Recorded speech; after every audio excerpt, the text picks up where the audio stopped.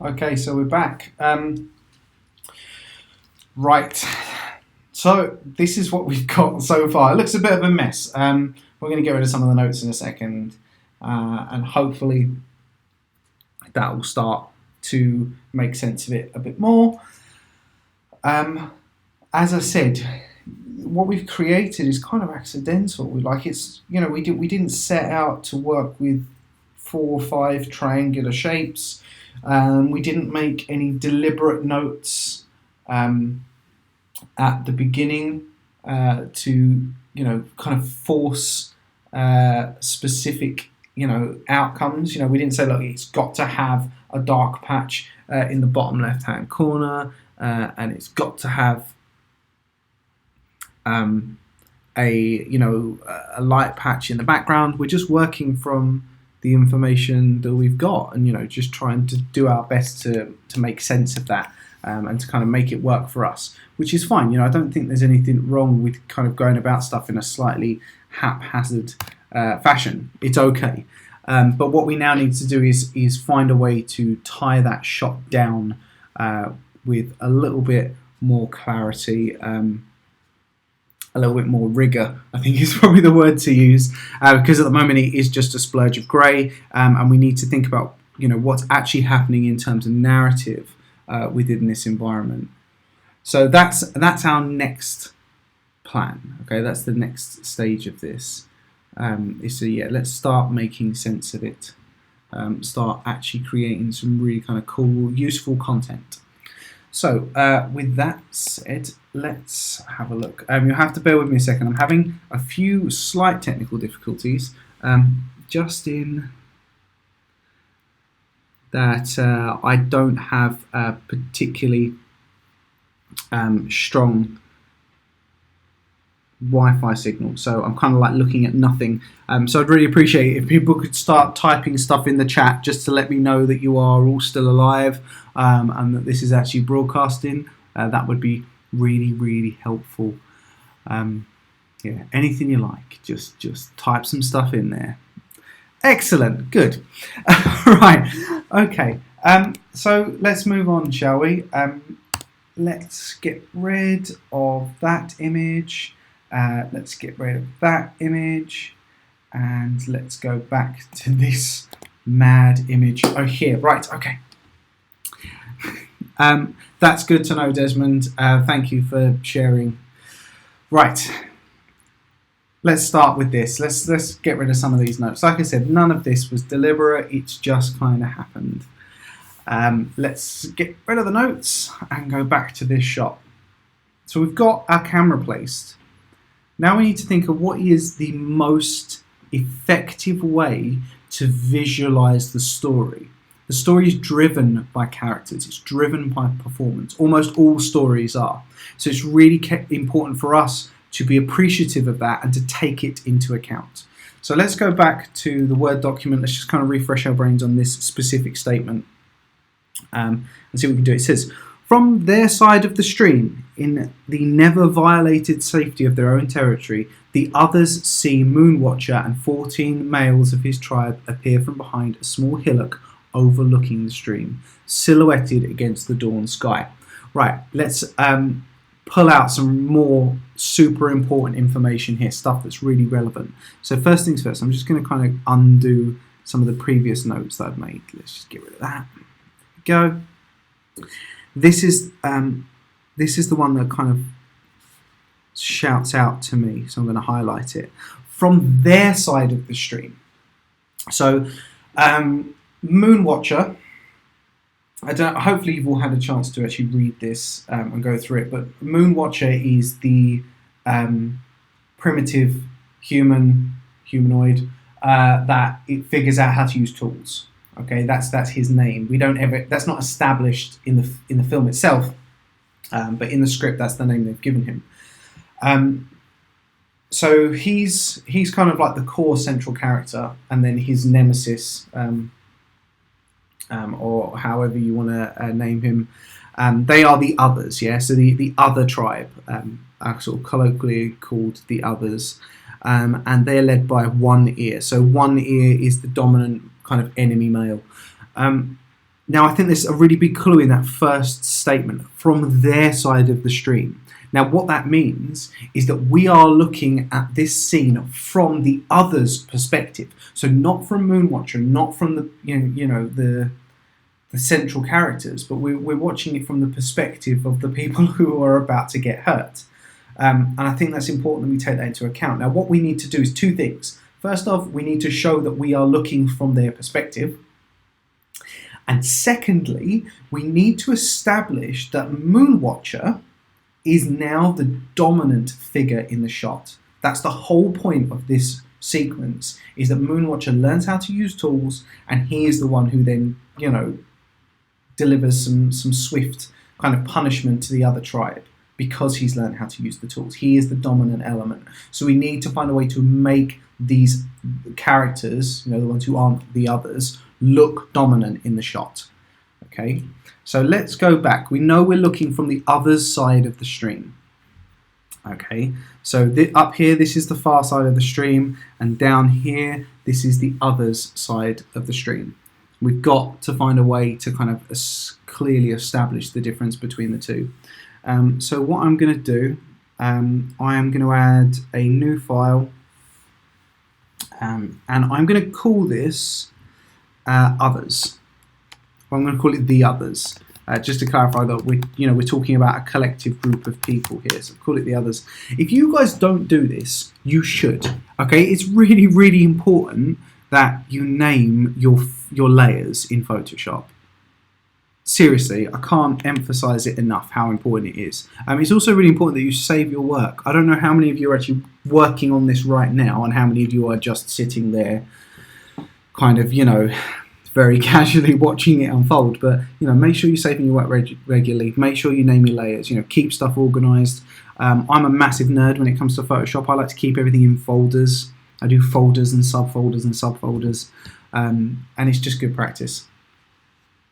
So yeah, I hope if half of you are doing this as I'm kind of teaching it, then that makes me happy. If it's only half of you, that's more than enough. Okay, because I know for some people this is a lot to take in.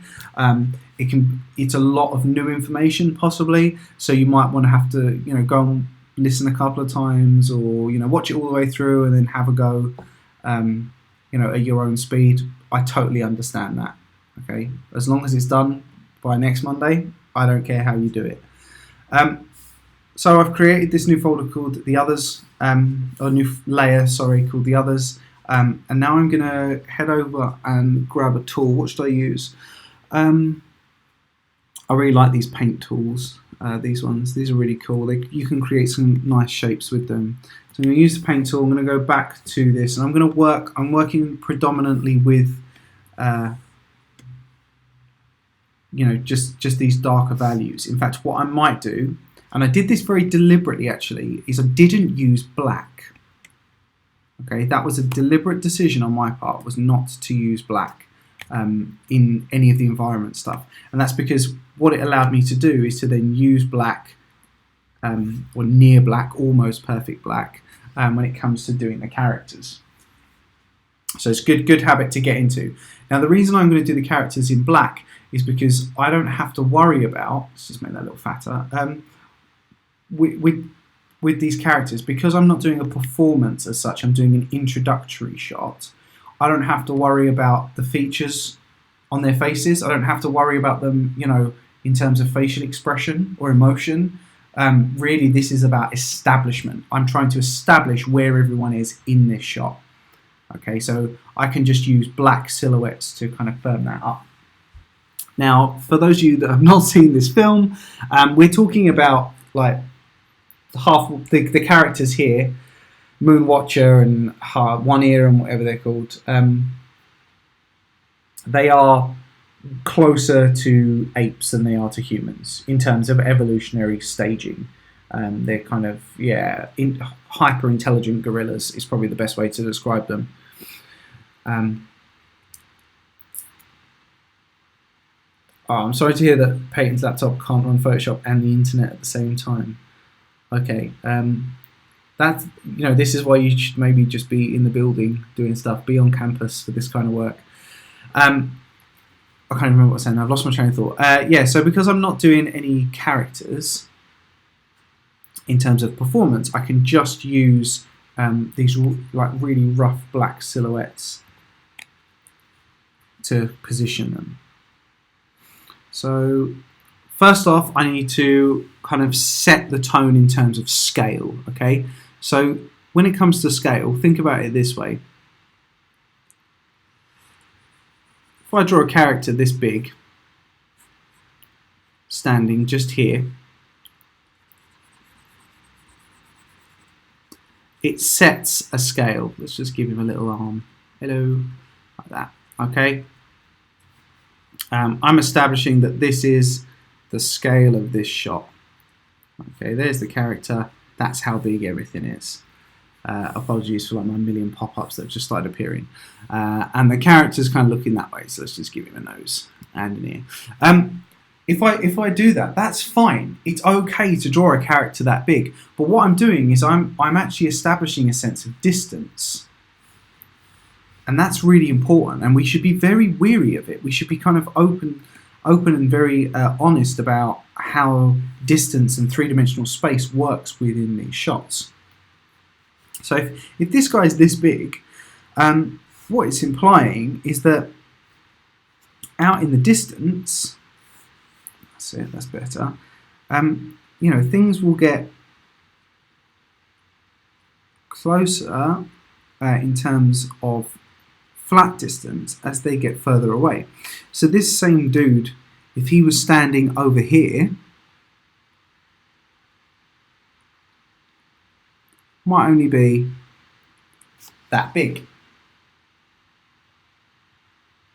Because straight away, by putting those two, drawing the characters at that size, what we're saying is that this lake, sorry, I'll switch back to my cursor tool, we're saying that this lake is enormous. You know, it's 40 or 50 meters apart if we draw the characters at this size. Let's rethink it. Let's do it another way. So I'm just going to grab this monk-looking guy, grab this one, and just delete that as well. Let's draw it again, slightly differently. If I now draw a character this big,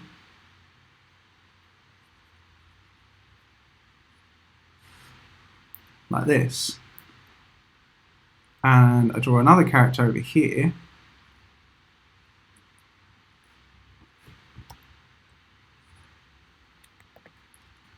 make him just a little bit smaller, not much, just a little bit. What we're saying with this is that this distance isn't very far at all. This is like 10 meters, you know, or maybe less than that. So we have to be very, very careful about the way that we use scale, the way that we kind of bring it together, because it can have huge implications on how our audience perceives the environment to be and what they understand from that environment. So we have to be very, very careful and very considerate of what the audience kind of needs. Okay, so I'm going to start sketching where I think this is going to work. Now we know, let's go back to this, we know that our characters, Moon Watcher's tribe, you know, his group must be silhouetted against the dawn sky. That's super important. Yeah, they have to be silhouetted. Can't emphasize that enough. The script says it, so you have to do it. One of the worst mistakes, and one of the most common mistakes that I have seen in studios from story artists and visual development artists, is when they deliberately ignore what the script is telling them to do. Okay? If you were in charge of the script, you wouldn't be the story artist, you'd be the writer. If you're not the writer, then you have to listen to what the writer has to say. Okay? And that goes for directors as well. Directors can negotiate with a writer, but they can't ignore what the writer has written. All right? But this says they are silhouetted against the dawn sky, and we have to be respectful of that. So, what I'm going to start doing is thinking, well, if they're silhouetted, you know, how big are they? So, you know, if I put them kind of this big,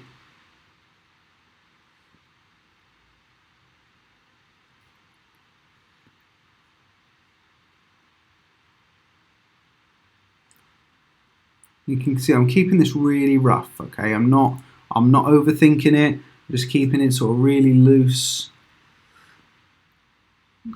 Put another one there, so he's going to kind of be like that. And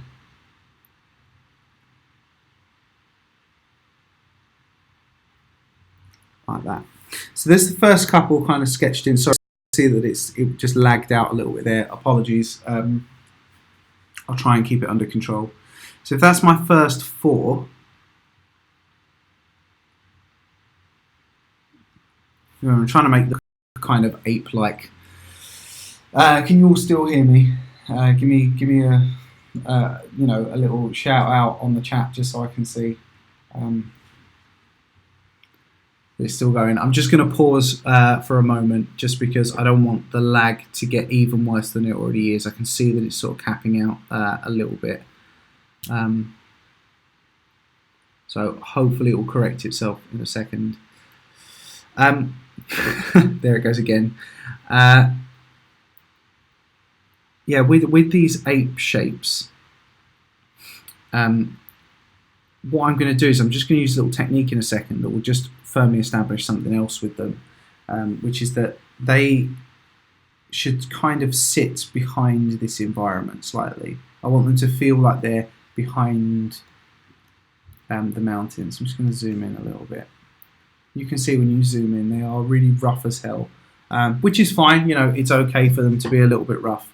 But what I'm going to do is I'm just going to lower the opacity on the layer. And what that will allow me to do, allow me to see, sorry, is the overlap that exists between them.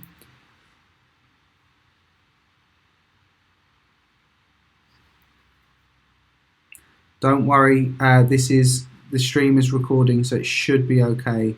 I know I can see people that are complaining about lag. I'm just going to kind of work to, what you can see I'm doing here is I'm just rubbing out where the overlap exists between the environment, like the rocks, and the apes, or the primitive man. So I'm just going to move across, just do this one. I'm not going to be too overzealous with it. I just want to establish that there's a difference between the two. I said, guys, I can see there's a few more complaints coming in about lag. It will resolve itself. Just got to be patient.